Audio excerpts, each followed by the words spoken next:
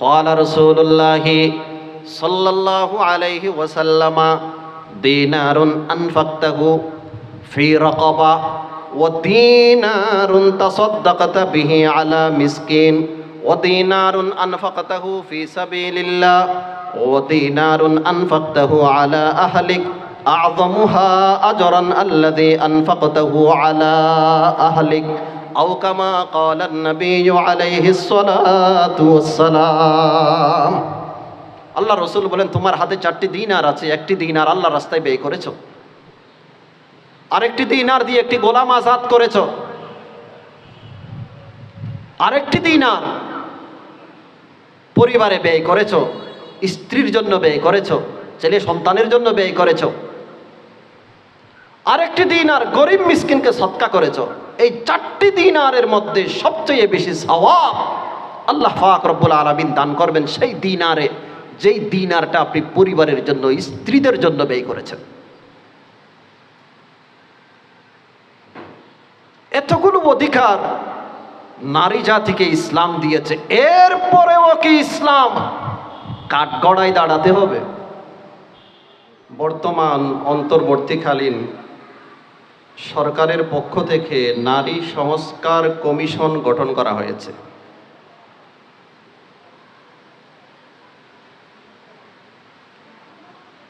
এই কমিশনের পক্ষ থেকে সরকারের কাছে কিছু প্রস্তাবনা পেশ করা হয়েছে।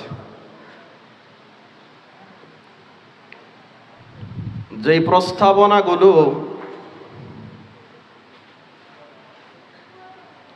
তাসলিমা নাসরিনের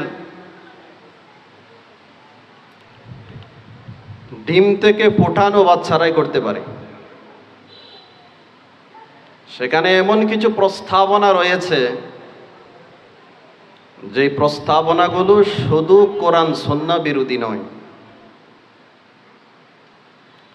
শুধু নারী জাতির ইজ্জত সম্মান হননকারী নয়, বরং চরম অশ্লীলতাও বটে। এমন কিছু প্রস্তাবনা সেখানে রয়েছে যে প্রস্তাবনাগুলো একদিকে কোরআন সুন্নাহ বিরোধী, আরেকদিকে নারী জাতির ইজ্জত সম্মান বিরোধী, আরেকদিকে তাদের শালীনতা বিরোধী। সেজন্য হালি শহর ওলামা কল্যাণ পরিষদ নয়, শুধু সমগ্র বাংলাদেশের তৌহিদি জনতার পক্ষ থেকে সরকার প্রধানের কাছে আমরা জোর দাবি জানাচ্ছি, কোরআন সুন্নাহ বিরোধী এই নারী নীতিমালা অবশ্যই বাতিল করতে হবে। এই নারী নীতিমালার যারা প্রস্তাবনা দিয়েছে, এরা কোরআন সুন্নাহর উপর আঙ্গুল তুলে কথা বলেছে, আর কোরআন সুন্নাহর উপর আঙ্গুল তুলে যারা কথা বলে তারা মুসলমান থাকতে পারে না, তারা মুরতাদ হয়ে গেছে। সরকারের কাছে আমরা জোর দাবি জানাচ্ছি, তাদেরকে আইনের আওতায় এনে দৃষ্টান্তমূলক শাস্তির ব্যবস্থা করতে হবে। সম্মানিত উপস্থিতি, কি প্রস্তাবনা তারা পেশ করেছে সেগুলো আপনাদের সামনে তুলে ধরার পূর্বে নারী জাতির সম্মান এবং নারী জাতির অধিকার নিয়ে আমি আপনাদের সামনে সংক্ষেপে কিছু আলোচনা তুলে ধরতে চাই। এক বিজ্ঞ ব্যক্তি বলেছে, আল মারআতু নিসফুল মুজতামা ওয়া ইয়ালিদনা নিসফাল আখর। নারী জাতি হলো সমাজের অর্ধেক, আর বাকি অর্ধেককে তারাই জন্ম দেয়। সুতরাং নারী জাতি হলো পূর্ণাঙ্গ জাতি। আরেক বিজ্ঞ ব্যক্তি বলেছে, ওয়ারাআ কুল্লি রাজুলিন আযীমুন ইমরাআ। প্রত্যেক মহাপুরুষের পিছনে একজন মহিয়সী নারী জাতির ভূমিকা রয়েছে। পবিত্র কোরআনের মধ্যে সূরাতুন নিসা নামক একটি সূরা আছে, নারী জাতির সূরা, সূরাতুর রিজাল, পুরুষের সূরা নামক কোনো সূরা নেই। মিরাজ বন্টনের ক্ষেত্রে নারী জাতির অংশ যেটা আছে পবিত্র কোরআনের মধ্যে, সেটাকে মূল ধরা হয়েছে লিযযাকারি মিসলু হাজ্জিল উনসায়াইন, পুরুষের জন্য রয়েছে দুজন নারীর সম পরিমাণ অংশ। তাহলে এখানে মূল ধরা হয়েছে নারী জাতির অংশকে। আল্লাহ তাআলা এগুলোকে এমনি এমনি বলেননি, নারী জাতির প্রতি সম্মান দেখিয়ে বলেছেন। এই নারীরা সমান অধিকারের কথা বলে, অথচ আল্লাহ পাক রব্বুল আলামিন ক্ষেত্র বিশেষে তাদেরকে সমান অধিকার নয়, তাদেরকে অগ্রাধিকার দিয়েছে। পবিত্র কোরআনের মধ্যে মিরাজ বন্টনের ক্ষেত্রে আল্লাহ পাক রব্বুল আলামিন 12 জন মানুষের কথা উল্লেখ করেছেন, তার মধ্যে 8 জন হলেন নারী, 4 জন হলেন পুরুষ। যদি সমান অধিকার আল্লাহ তাআলা করতেন তাহলে 6 জন 6 জন করতেন, কিন্তু 8 জন আর 4 জন করেছে, 8 জন নারী 4 জন পুরুষ। এদিকেও ইসলাম নারীর পক্ষে, তাদেরকে আল্লাহ সমান অধিকার দিয়েছে না অগ্রাধিকার দিয়েছে? অগ্রাধিকার দিয়েছে।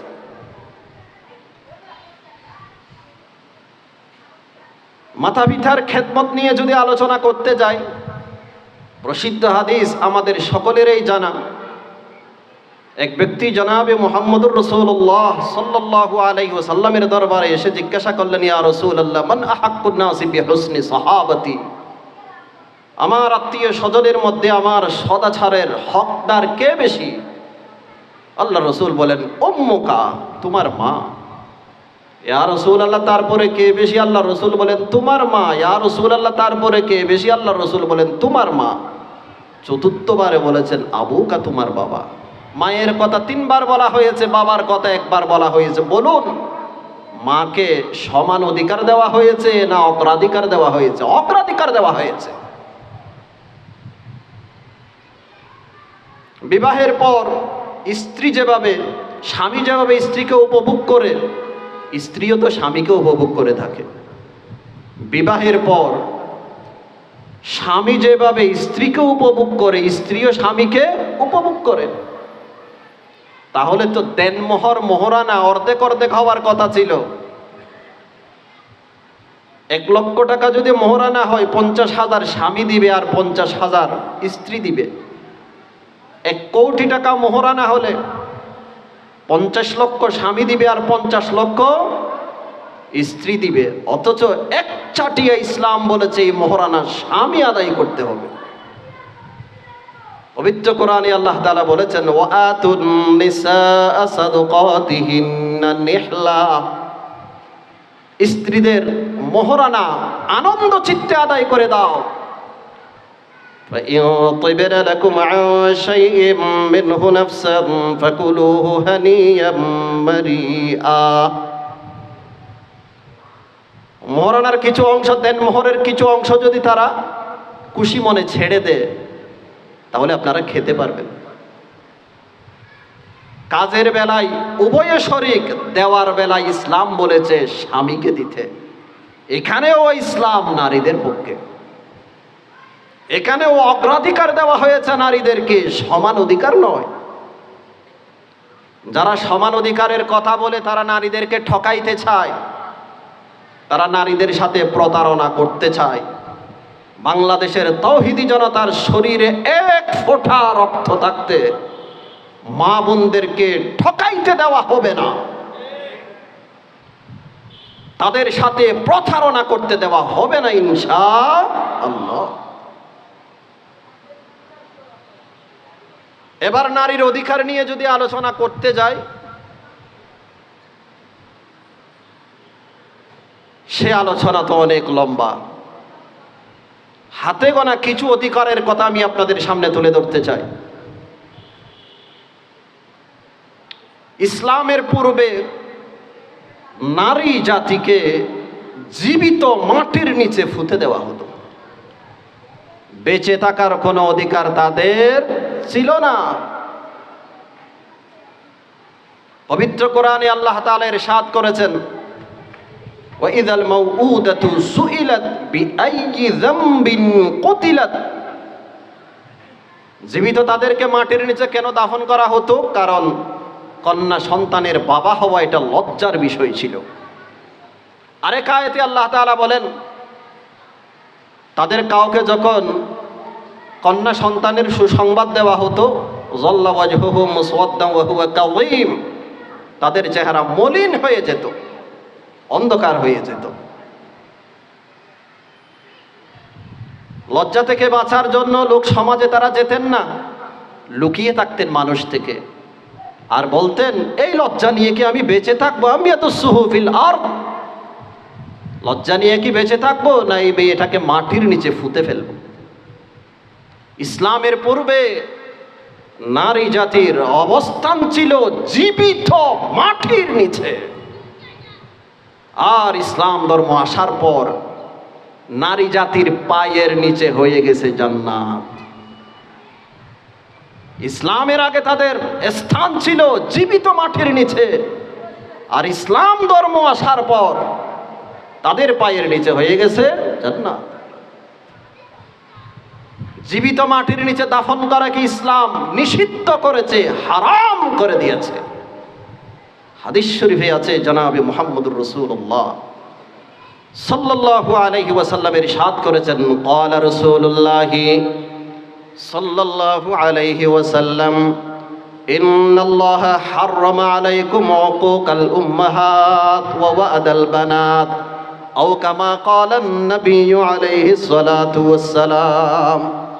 আল্লাহর রাসূল বলেন, নিশ্চয় আল্লাহ তাআলা মায়ের নাফরমানি করাকে নিষিদ্ধ করেছেন, হারাম করেছেন, এবং কন্যা সন্তানকে মাটির নিচে জীবিত দাফন করাকে নিষিদ্ধ করেছেন, হারাম করেছেন। কে হারাম করেছে? আল্লাহ তাআলা। কার বাণী? মুহাম্মদুর রাসূলুল্লাহ সাল্লাল্লাহু আলাইহি ওয়াসাল্লামের বাণী। শুধু তাই নয়, যারা কন্যা সন্তানকে জীবিত মাটির নিচে দাফন করবে না, তাদের ব্যাপারে জান্নাতের সুসংবাদ রয়েছে। হাদিস শরীফে আছে, জনাবে মুহাম্মদুর রাসূলুল্লাহ সাল্লাল্লাহু আলাইহি ওয়াসাল্লামের ইরশাদ করেছেন, যাকে আল্লাহ তাআলা একটি কন্যা সন্তান দিয়েছে, যাকে আল্লাহ একটি কন্যা সন্তান দিয়েছে, এই কন্যা সন্তানকে যদি জীবিত মাটির নিচে দাফন না করে, এক নাম্বার 2, এই কন্যা সন্তানকে যদি অবজ্ঞা না করে, নাম্বার 3, পুত্র সন্তানকে যদি কন্যা সন্তানের উপর প্রাধান্য না দেয়। কয় কাজ? 3 কাজ। জীবিত মাটির নিচে দাফন না করা, কন্যা সন্তানকে অবজ্ঞা না করা, পুত্র সন্তানকে কন্যা সন্তানের উপর প্রাধান্য না দেওয়া। নবীজি বলেন, এই 3 কাজ যে ব্যক্তি করবে, আদখালাহুল্লাহু বিহাল জান্নাহ, এই আমলগুলোর কারণে আল্লাহ তাকে জান্নাতে প্রবেশ করাবে। ইসলাম নারীদেরকে কি অধিকার দিয়েছে? সর্বপ্রথম অধিকার হলো জীবনের অধিকার। সর্বপ্রথম অধিকার হলো জীবনের অধিকার। আমার মা বোনেরা, ইসলামের পূর্বে বর্বরতার যুগে যদি আপনারা দুনিয়াতে আসতেন, আপনাদের স্থান হতো জীবিত মাটির নিচে। আর ইসলাম আসার পর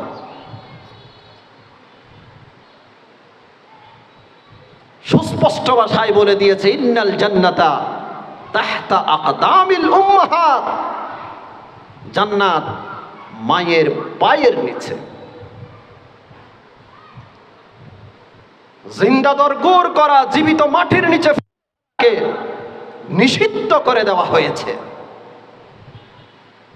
এরপরেও কি ইসলামকে কাঠগড়ায় দাঁড়াতে হবে? নাম্বার 2, নারী জাতির সম্মান, নারী জাতির অধিকার 3 স্তরে আল্লাহ পাক রব্বুল আলামিন নিশ্চিত করেছেন। নারী জাতি হয়তো কন্যা সন্তান হবে, অথবা কারো স্ত্রী হবে, অথবা কারো মা হবে। যতদিন পর্যন্ত তারা কন্যা সন্তান থাকে, ততদিন পর্যন্ত তাদের ভরণ পোষণের দায়িত্ব কার উপর? বাবার উপর। এটি নারীর অধিকার, এটি নারীর অধিকার। যতদিন বেঁচে যতদিন পর্যন্ত তার বিবাহ হবে না, ততদিন পর্যন্ত তার ভরণ পোষণের দায়িত্ব বাবার কাঁধের উপর। শুধু তাই নয়, হাদিস শরীফে আছে, জনাবে মুহাম্মদুর রাসূলুল্লাহ সাল্লাল্লাহু আলাইহি ওয়াসাল্লামের ইরশাদ করেছেন, যাকে আল্লাহ তিনটি কন্যা সন্তান দিয়েছে, এই তিনটি কন্যা সন্তানকে যদি থাকার জন্য ঘর দেয়, খাওয়ার জন্য যদি খাবার দেয়, তাদের সাথে যদি ভালো আচরণ করে, ওয়াজাবাত লাহুল জান্নাহ, আল্লাহ তার জন্য জান্নাতকে ওয়াজিব করেছে। এক সাহাবী জিজ্ঞাসা করলেন, ইয়া রাসূলুল্লাহ, কারো কাছে যদি দুটি কন্যা সন্তান থাকে, আল্লাহ রাসূল বলেন, ওয়াসিনতাইন, দুটি কন্যা সন্তানও যদি কারো কাছে থাকে, তাদের সাথে যদি ভালো আচরণ করে, তার জন্য আল্লাহ তাআলা জান্নাতকে অবধারিত করেছে।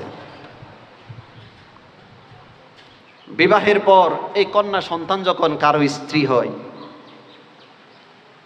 তাদের হকের ব্যাপারে ইসলাম সুস্পষ্ট ভাষায় বলেছে, ওয়াশিরুহুন্না বিল মারুফ। পবিত্র কোরআনে আল্লাহ তাআলা ইরশাদ করেছেন, নারীদের সাথে ভালো আচরণ করো। এই ভালো আচরণের মধ্যে তাদের ভরণ পোষণ অন্তর্ভুক্ত। আরেক আয়াতে আল্লাহ তাআলা বলেছেন, তাদের যে পাওনা আছে, দেনমোহর, মাহারানা, আমরা মোহর বলি, মাহার এটাই হচ্ছে যে শুদ্ধ। দেনমোহর বা মাহারানা আনন্দে চিত্তে দিয়ে দাও তাদেরকে। ওয়াআতুন নিসাআ সাদুকাতিহিন্না নিহলা।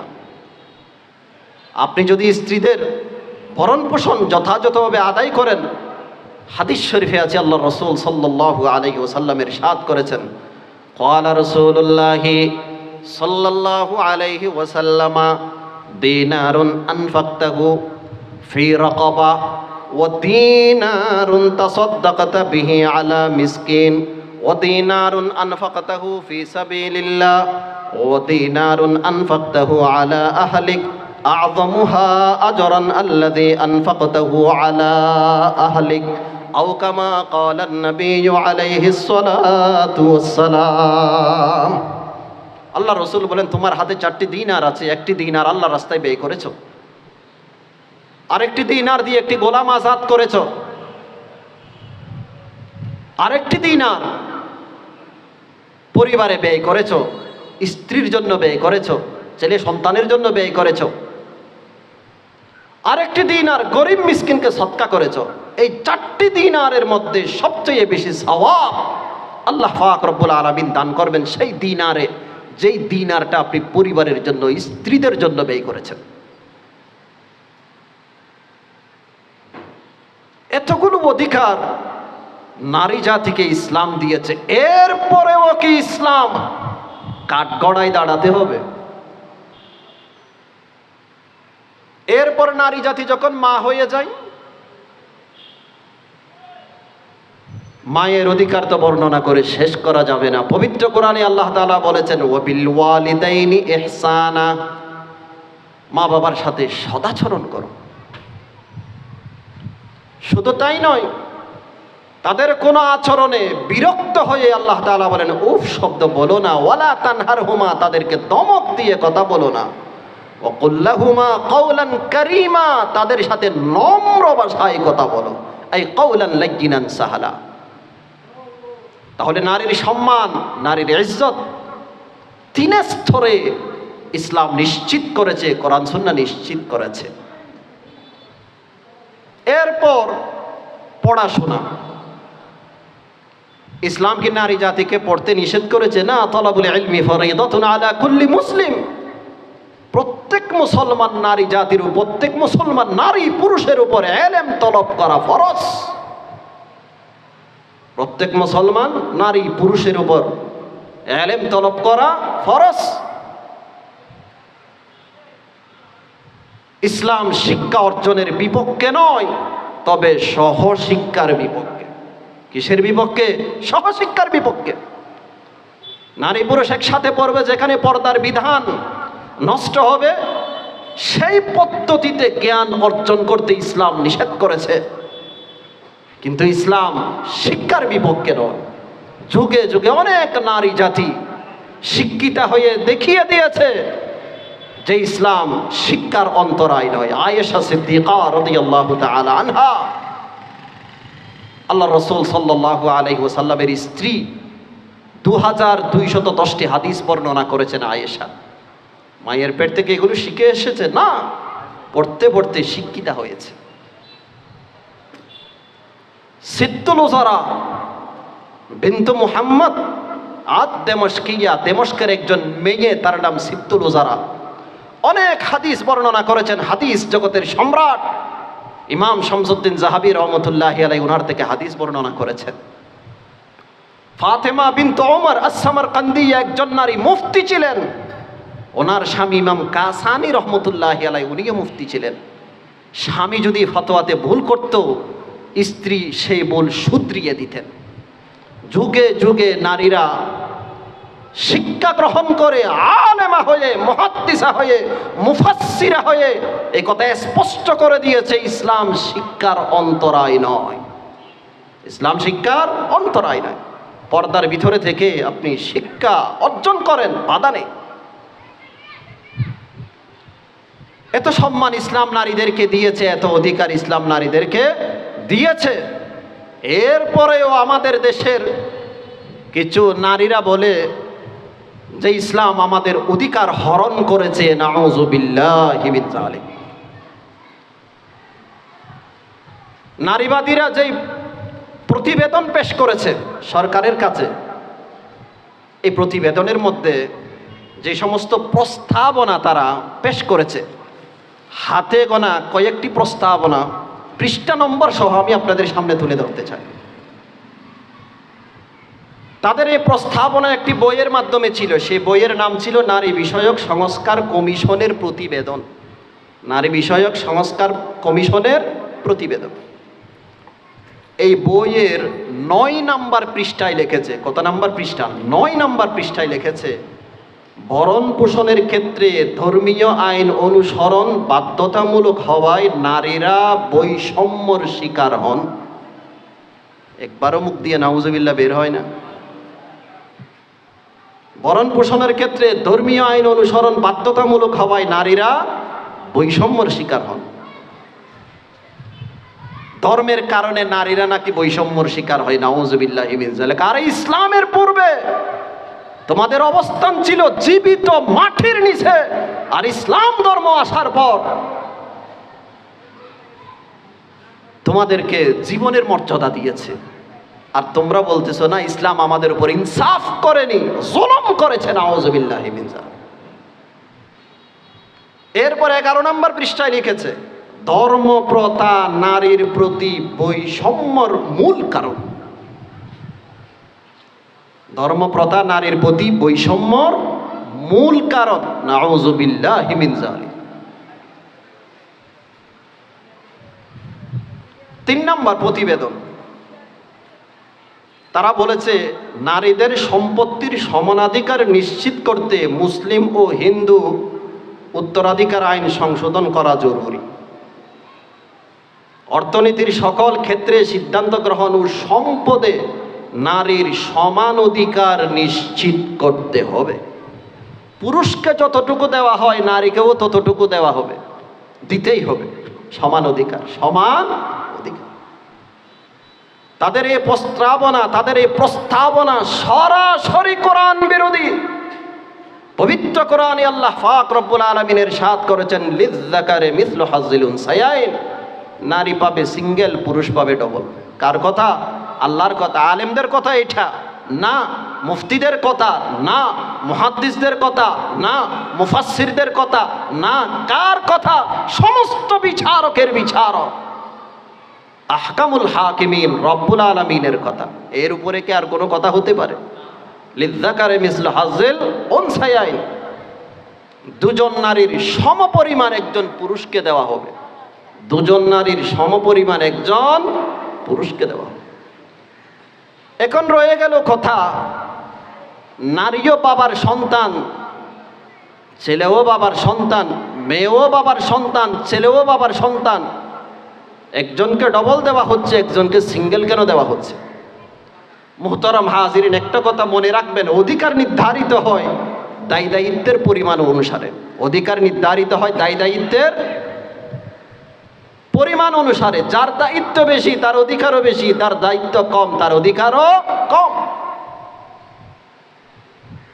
ইসলামী শরীয়ত একজন মেয়েকে অর্থনৈতিক কোনো দায়িত্ব দেননি, অর্থনৈতিক কোনো দায়িত্ব দেয়নি। সে জন্মের পর থেকে নিয়ে একেবারে মৃত্যু পর্যন্ত তার ভরণ পোষণের দায়িত্ব হচ্ছে অপরের কাঁধের উপর। সে যতদিন পর্যন্ত কন্যা ছিল তার ভরণ পোষণের দায়িত্ব কে পালন করেছিল? বাবা। যেদিন থেকে সেই স্ত্রী হয়েছে তার ভরণ পোষণের দায়িত্ব কার কাঁধের উপর ছিল? স্বামীর উপর। যেদিন থেকে সে মা হয়েছে তার ভরণ পোষণের দায়িত্ব ছিল সন্তানের উপর। জন্ম থেকে নিয়ে মৃত্যু পর্যন্ত তার খরচের কোনো খাত নেই, তার খরচের কোনো খাত নেই। সব দায়িত্ব অপরের কাঁধের উপর। প্রকান্তরে একজন পুরুষ, একজন ছেলে যখন সে বালেগ হয়ে যায় তখন তার নিজের দায়িত্ব নিজের উপর চলে আসে। আমরা বালেগ হওয়ার পরেও মা বাবা আমাদেরকে খাবার দেয়, সেটা মা বাবার পক্ষ থেকে ইহসান, অনুগ্রহ। এরা যদি খাবার না দেয়, ভরণ পোষণ যদি না দেয়, আল্লাহর কাছে কোনো আল্লাহর কাছে তারা কোনো শাস্তির সম্মুখীন হবে না। ছেলে বালেগ হওয়ার পর তার ভরণ পোষণের দায়িত্ব তার মাথার উপর। বিবাহ করার পর স্ত্রীর ভরণ পোষণের দায়িত্ব তার কাঁধের উপর। মায়ের ভরণ পোষণের দায়িত্ব তার কাঁধের উপর। বোনের যদি স্বামী না থাকে তার ভরণ পোষণের দায়িত্ব তার কাঁধের উপর। সন্তান হলে সন্তানের ভরণ পোষণের দায়িত্ব তার কাঁধের উপর। খাত কয়টা? খরচের খাত কয়টা? ব্যয়ের খাত কয়টা? 5টা। নিজের খরচ, সন্তানের খরচ, স্ত্রীর খরচ, এরপর মা বাবা, এরপর সর্বশেষ নিজের বোনের যদি কোনো স্বামী না থাকে তখন তার দায়িত্ব কে নিতে হয়? ভাইয়ের নিতে হয়। খরচের খাত কতটি? 5টি। আর মেয়ের খরচের কোনো খাতেই নেই। সেই জন্য মেয়েকে কিছুই না দেওয়া দরকার ছিল, সেখানে অর্ধেক দিয়েছে, তার মানে বেশি দিয়েছে। কিছু না দেওয়া দরকার ছিল, যেহেতু খরচের কোনো কি নেই, খাত নেই, সেখানে অর্ধেক দেওয়ার অর্থ হলো কি দিয়েছে? বেশি দিয়েছে। আর ছেলের খরচের খাত হলো 5টা, তাকে দেওয়া হয়েছে 2 অংশ। 2 অংশ দেওয়ার মানে তাকে যতটুকু দেওয়ার দরকার ছিল তার চেয়েও কম দেওয়া হয়েছে। এরপরেও বলা হচ্ছে না, মেয়েকে কম দেওয়া হয়েছে। ঠকাইছে ইসলাম মেয়েকে। আরেকটা উদাহরণ দিলে সহজেই বুঝতে পারবেন। ছেলে মেয়ে কোথাও যাচ্ছে, বাবা মেয়েকে 1000 টাকা দিয়েছে আর ছেলেকে 2000 টাকা দিয়েছে, আর ছেলেকে বলেছে যাওয়া আসার খরচ কিন্তু তুমি দিবা, তোমার বোন থেকে টাকা নিবে না। কোথাও যদি কিছু খেতে হয় তুমি ব্যয় করবা। দিন শেষে এসে দেখা গেল যাকে 2000 টাকা দিয়েছে ভাই, তার পকেট থেকে 2000 টাকা তো গেল, আরও 200-400 টাকা যেগুলো পকেটে ছিল সেগুলোও চলে গেছে। আর যাকে 1000 টাকা দিয়ে দেওয়া হয়েছে বোন, তার মানি ব্যাগ থেকে 1 টাকাও খরচ হয়নি। এবার বলুন, বোন 1000 পেয়ে বেশি পেয়েছে না ভাই 2000 পেয়ে বেশি পেয়েছে? 1000 পেয়েও বেশি পেয়েছে, কারণ তার মানি ব্যাগ থেকে তো সেটা বের হয় নাই, বের করতেও হয় নাই। আর ভাই 2000 পেয়ে সব তো ব্যয় হয়েছে, আরও নিজের পকেট থেকে কিছু ছিল সেগুলোও ব্যয় হয়েছে। এই অঙ্ক না বুঝার কারণে আপনি শুধু 1 আর 2 দেখেছেন, শুধু 1 আর 2 দেখেছেন, কিন্তু একজনের মানি ব্যাগে যে 1টা টাকাও নেই, আরেকজনের মানি ব্যাগ থেকে যে 1টা টাকাও বের হলো না, সেটা তো আপনি দেখলেন না। এই অঙ্ক না বুঝার কারণে কোরআনের এই আইনের উপর আজকে নারীবাদীরা আপত্তি তুলে বসেছে। পরিষ্কার ভাষায় বলতে চাই, এটির সংশোধন করতে হবে, এটি বাতিল করতে হবে। কোরআনের বিরুদ্ধে এই আইন যারা করেছে তাদেরকে দৃষ্টান্তমূলক শাস্তি দিতে হবে, কথা ঠিক কিনা? মুহতারাম হাজিরিন, এরপর চতুর্থ নাম্বার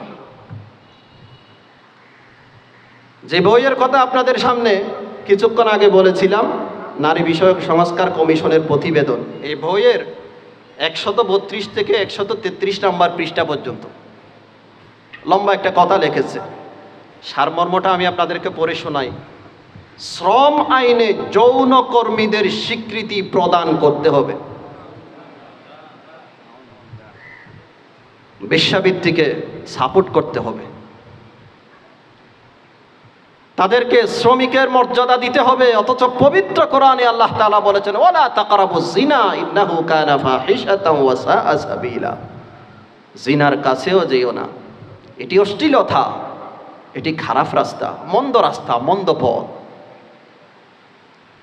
আরেক আয়াতে আল্লাহ তাআলা বলেছেন, ওয়াজ্জানিয়াতু ওয়াজ্জানি ফাজলিদু কুল্লা ওয়াহিদিম মিনহুমা মিয়াতা জালদা। বেবিচারিণী প্রত্যেককে 100 করে বেত্রাঘাত করতে হবে।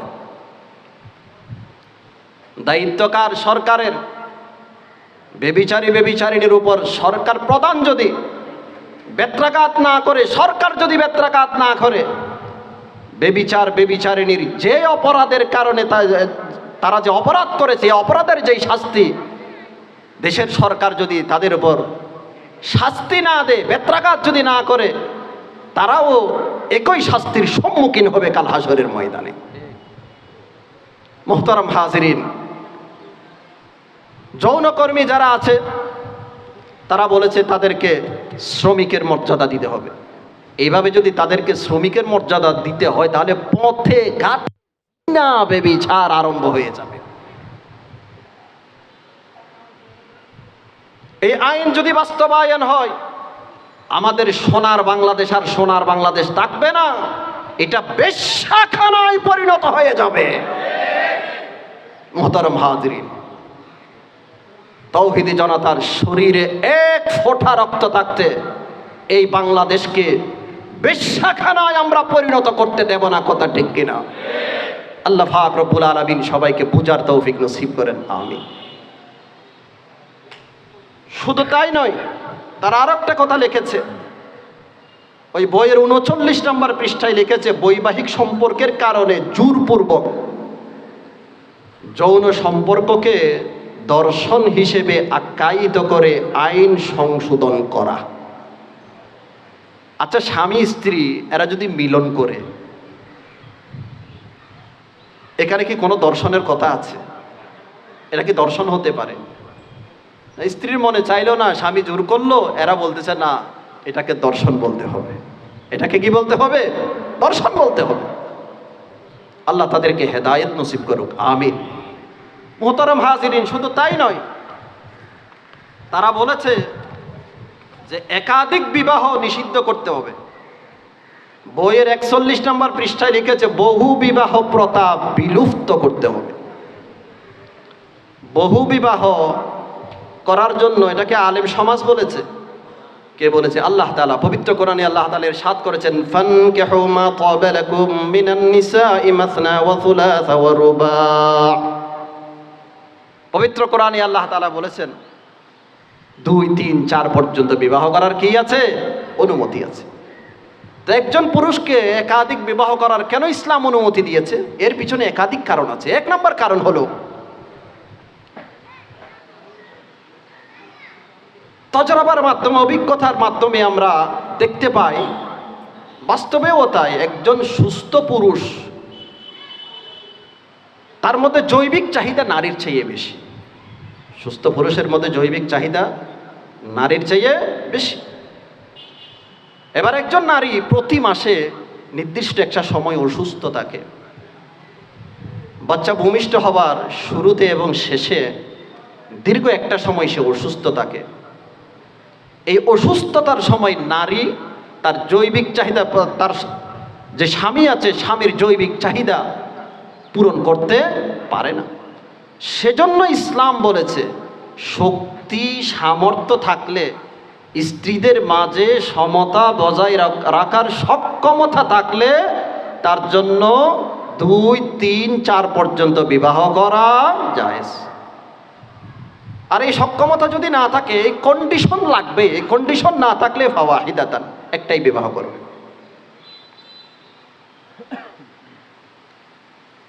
এবং বর্তমানে পত্রিকায় আমরা দেখতে পাচ্ছি যে নারীদের সংখ্যা পুরুষের চেয়ে বর্তমানে 31 লক্ষ বেশি। কত বেশি? 31 লক্ষ বেশি। যদি একাধিক বিবাহ বন্ধ হয়ে যায়, তাহলে এই 31 লক্ষ নারী কোথায় যাবে? এই 31 লক্ষ নারী তাদের জৈবিক চাহিদা পূরণ করার জন্য অন্যায় পথ অবলম্বন করবে। কথা ঠিক কিনা? দিন শেষে এই দেশটাকে জিনা ব্যভিচারের রাষ্ট্রে তারা পরিণত করতে চায়। সুস্পষ্ট ভাষায় বলে দিচ্ছি, তৌহিদি জনতার শরীরে এক ফোঁটা রক্ত থাকতে এই দেশকে আমরা বেশ্যাখানায় পরিণত করতে দেব না। এখন তারা বলে একজন পুরুষ যদি 4টি বিবাহ করতে পারে, তাহলে একজন নারী 4 জন স্বামী নিতে পারবে না কেন? উলামায়ে কেরাম এর একাধিক উত্তর দিয়েছে। 1 নম্বর উত্তর হলো, একজন নারী যদি একাধিক স্বামী নেয়, তাহলে সন্তানের কোনো বংশ ঠিক থাকবে না। এই সন্তানটা কার থেকে হয়েছে সেটা বোঝার কোনো উপায় থাকবে না। আর সন্তানের বংশ সংরক্ষণ, এর প্রতি ইসলাম অনেক গুরুত্ব আরোপ করেছে। সন্তানের বংশ সংরক্ষণ করতে হবে, এর প্রতি ইসলাম অনেক গুরুত্ব আরোপ করেছে। যেই দেশে জিনা ব্যভিচারের পথ উন্মুক্ত, কোন দেশে 40%, কোন দেশে 50%, কোন দেশে 80%, সন্তানের কোনো পিতৃ পরিচয় নেই। সেখানে জন্ম নিবন্ধন হয় মায়ের নামে, বাবার কোনো নাম থাকে না। এটি মুসলমান রাষ্ট্র, বাংলাদেশ মুসলিম রাষ্ট্র। আমাদের জন্ম নিবন্ধনে বাবার নামও থাকবে, মায়ের নামও থাকবে। কথা ঠিক কিনা? যে সমস্ত দেশে জিনা ব্যভিচারের পথ উন্মুক্ত, সেখানে এগুলো আপত্তিকর না হলেও কিন্তু আমাদের বাংলাদেশে এবং আমাদের ইসলাম ধর্মে এগুলো চরম আপত্তিকর বিষয়। কথা ঠিক কিনা? আল্লাহ আমাদেরকে এই কথাগুলো বোঝার তৌফিক দান করেন, আমিন। সাথে সাথে একজন নারী যদি একাধিক স্বামী নেয়, তার স্বামী যদি একাধিক হয়, একাধিক স্বামী যদি একসাথে এই নারীকে ডাকে, তাহলে কার ডাকে সাড়া দেবে? নাম্বার 2, নারী প্রতি মাসে অসুস্থ হয়ে যায়। বাচ্চা যখন প্রসব করে তার আগে পরে একটা লং টাইম অসুস্থ থাকে, তখন তো একজন স্বামীর জৈবিক চাহিদাও সেই নারী পূরণ করতে পারে না। 4 জন স্বামীর জৈবিক চাহিদা কিভাবে পূরণ করবে? এগুলোর দিকে তাকিয়ে ইসলাম বলেছে একজন পুরুষ একাধিক বিবাহ করতে পারলেও একজন নারী একাধিক বিবাহ করতে পারবে না। আল্লাহ আমাদেরকে এই কথাগুলো বোঝার তৌফিক নসিব করেন। সর্বশেষ তাদের একটা স্লোগান আছে, অনেক স্লোগান আমি লিখেছি এখানে। একটা স্লোগান হচ্ছে যে শরীর আমার, সিদ্ধান্ত আমার। আসতে বলেন, আরো আসতে বলেন। শরীর আমার, সিদ্ধান্ত আমার। আপনার শরীরের মালিক কে? আপনি। আপনার শরীরের মালিক কে? আল্লাহ। যিনি মালিক, উনি যেভাবে চাই সেভাবে আপনার শরীরকে আপনি ব্যবহার করতে হবে। আপনার শরীরের মালিক আল্লাহ। মাথা থেকে পাও পর্যন্ত পূর্ণ শরীর আপনার কাছে আমানত। এক তিল পরিমাণ আমানতের খেয়ানত করা যাবে না। যিনি মালিক, উনি যেভাবে চাই সেভাবে আপনার শরীরটাকে আপনি ব্যবহার করতে হবে। চক্ষু যেখানে ব্যবহার করতে বলেছে সেখানে ব্যবহার করতে হবে। হাত যেখানে ব্যবহার করতে বলেছে সেখানে হাত ব্যবহার করতে হবে। জিহ্বা যেখানে ব্যবহার করতে বলেছে সেখানে জিহ্বা ব্যবহার করতে হবে। পাও যেখানে ব্যবহার করতে বলা হয়েছে সেখানে পাও ব্যবহার করতে হবে। শরীর আমার, সিদ্ধান্ত আমার, এই স্লোগান কিন্তু তাসলিমা নাসরিনের স্লোগান। সে বলেছিল শরীর আমার, সিদ্ধান্ত আমার, পেট আমার, সিদ্ধান্ত আমার। যার কাছ থেকে মনে চায় আমি তার কাছ থেকে বাচ্চা নেব। মোহতারাম হাজিরিন, যে পেটে যে কারো বাচ্চা আসতে পারে সেটা কি মানুষের পেট না কুত্তির পেট? এটা মানুষের পেট নয়, এটা কুত্তির পেট। এরা নারী স্বাধীনতা চায় না, এরা কুত্তি স্বাধীনতা চায়। মুহতারাম হাজিরিন, নারী স্বাধীনতার নাম দিয়ে নারীদেরকে ঘর থেকে তারা বের করতে চায়। আমি সুস্পষ্ট ভাষায় বলে দিতে চাই, সব শিয়ালেরা কিন্তু মুরগির স্বাধীনতা চায়। সব শিয়ালরা মুরগির স্বাধীনতা চায়। স্বাধীনতার নাম দিয়ে মুরগিকে যদি ঘর থেকে বের করতে পারে, ভালো ভালো খাবার জোগাড় হবে। কথা ঠিক কিনা? ঠিক তেমনি ভাবে নারী স্বাধীনতার নাম দিয়ে নারীদেরকে ঘর থেকে বের করতে পারলে তাদেরকে উপভোগ করার সুযোগ হবে। এই কারণে তারা নারী স্বাধীনতার কথা বলে। ইসলাম নারীদেরকে যে সম্মান দিয়েছে, ইসলাম নারীদেরকে যে ইজ্জত দিয়েছে, ইসলাম নারীদেরকে যে অধিকার দিয়েছে, পৃথিবীর কোন ধর্ম, কোন ইজম সেই সম্মান, সেই অধিকার আজ পর্যন্ত দিতে পারে নাই। আল্লাহ পাক রব্বুল আলামিন যা কথা বলেছি সবাইকে বুঝার এবং আমল করার তৌফিক দান করেন, আমিন। সর্বশেষ একটা কথা বলে আমি শেষ করছি। আমার আলোচনার কথা ছিল মাগরিবের পরে, আমার খুব দূরে একটা প্রোগ্রাম আছে, সেখানে চলে যেতে হচ্ছে। এই প্রতিবেদনের মধ্যে কোরআন সুন্নাহর বিরুদ্ধে যে নারী নীতিমালাগুলো পেশ করা হয়েছে, এই নারী নীতিমালাগুলোকে বাতিল করতেই হবে। এই নারী নীতিমালাগুলোকে বাতিল করতেই হবে। শুধু করতে হবে না, করতেই হবে। এই দেশ ইউরোপ আমেরিকা নয়, এই দেশ হলো বাংলাদেশ। এটা মাথায় রাখতে হবে। এই দেশ বাংলাদেশ, এটা মুসলিম রাষ্ট্র, এটা আউলিয়ায়ে কেরামের দেশ, এটা উলামায়ে কেরামের দেশ। কথা ঠিক কিনা? ইসলামের বিরুদ্ধে, কোরআনের বিরুদ্ধে, আল্লাহর বিরুদ্ধে, সুন্নাহর বিরুদ্ধে কোন আইন যদি এই দেশে বাস্তবায়ন করা হয়, আমরা যে দল করি না কেন, কোরআনের উপর আঘাত আসলে আমরা মুসলিম জাতি ঐক্যবদ্ধ হতে এক তিল পরিমাণ দ্বিধাবোধ করব না, ইনশাআল্লাহ। আল্লাহ পাক রব্বুল আলামিন সবাইকে বুঝার এবং আমল করার তৌফিক নসিব করেন। ওয়া আখিরু দাওয়ানা আলহামদুলিল্লাহি রাব্বিল আলামিন ওয়া সাল্লাল্লাহু আলা সাইয়্যিদিনা মুহাম্মদ ওয়া আলা আলিহি ওয়া সাহবিহি ওয়া বারিক ওয়াসাল্লাম।